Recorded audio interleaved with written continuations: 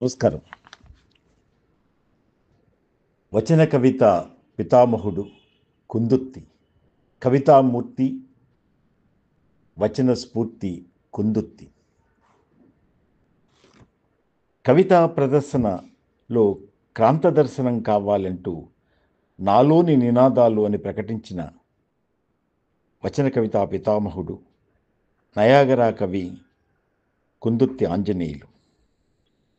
ఆయన 16 డిసెంబర్ 1922న నరసరావుపేట దగ్గర గ్రామంలో జన్మించి మనకి భౌతికంగా నగరంలో ఆ అర్ధరాత్రి 25 అక్టోబర్ 1982ల ఆ వచన కవితా సూర్యుడు అస్తమించిన మనకి ఆయన యొక్క కవితా స్మృతి వెలుగులు ఎప్పటికీ కూడా చిరస్మరణీయంగా పలకరిస్తూనే ఉంటాయి. నవ్య భావన బాసటగా ఆ నగరంలో వాన స్ఫూర్తి కుందుర్తి ఎప్పుడు మనని పలకరిస్తూనే ఉంటారు. నగరంలో వాన ఒక అద్భుత కావ్య వచన కవిత. అందుకనే కుందుర్తి వచన కవిత చక్రవర్తి అయ్యారు. వచనంలో వ్యంగ్య ఆ భావాన్ని ఎలాగా సమాజ రుగ్మతలపై వచన కవిత్వాన్ని ఒక దివ్య ఔషధంగా ఎలా ప్రయోగించాలన్నటువంటి ఒక ప్రయోగశీల కవిత్వం కుందుర్తిది. భావకవితల చేతుల్లో సరసాన్ని ఎక్కువ ఒలికిస్తే వచన కవిత దీక్షా దక్షత చేతుల్లో అది ఒక రుద్రవీణలాగా, ఒక ఖడ్గ సృష్టిగా, ఒక ఆధునిక కవితా నినాదంగా ఎంత సంచలనం చేయొచ్చో అటువంటి ఆ సంచలన కవుల స్ఫూర్తిగా కుందుర్తి నిలుస్తాడు. వచన కవిత్వ వారసత్వం ఆ రంజనిగా ఫ్రీవర్స్కి సమాజ వెర్సికి చేసిన ఒక విశిష్టత అది కుందుర్తిదే. ఆషాఢభూతుల్ని స్వార్థ రాజకీయాల రాళ్ళు రువ్వేటువంటి ఆ మేధావులపై ఒక వ్యంగ్యోక్తులు ఎన్నో కుందుర్తి కవితలో అక్షరభావ చిత్రాలుగా మనని పలకరిస్తాయి. ఎందుకంటే నగరాలు నాగరికతల నెగ్గు తేల్చిన ఆ నివురుగప్పిన ముప్పుల నిప్పుల్ని తన నిజాల ఆ వ్యంగ్యోక్తుల్లో ఎంతో స్ఫూర్తివంతంగా ప్రదర్శిస్తారు కుందుర్తి.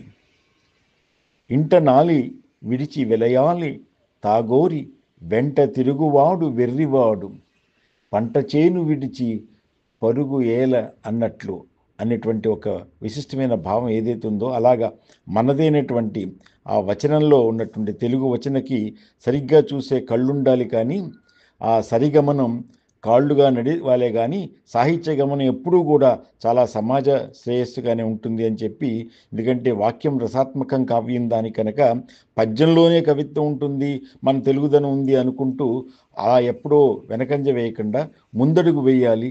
ముఖ్యంగా యువతకి ఈ సమాజానికి దగ్గర కావాలన్నటువంటి ఒక వచన కవిత స్ఫూర్తితోటి. ఎందుకంటే ఆ రోజుల్లో మేము చాలా విశిష్టంగా మనకి తిరిగినటువంటి ఆ వచన కవిత విన్యాసాలకి మినీ కవితలప్పుడు కానీ వీటిలప్పుడు ఎన్నో సభల్లో కలుసుకోవడం కూడా జరిగింది.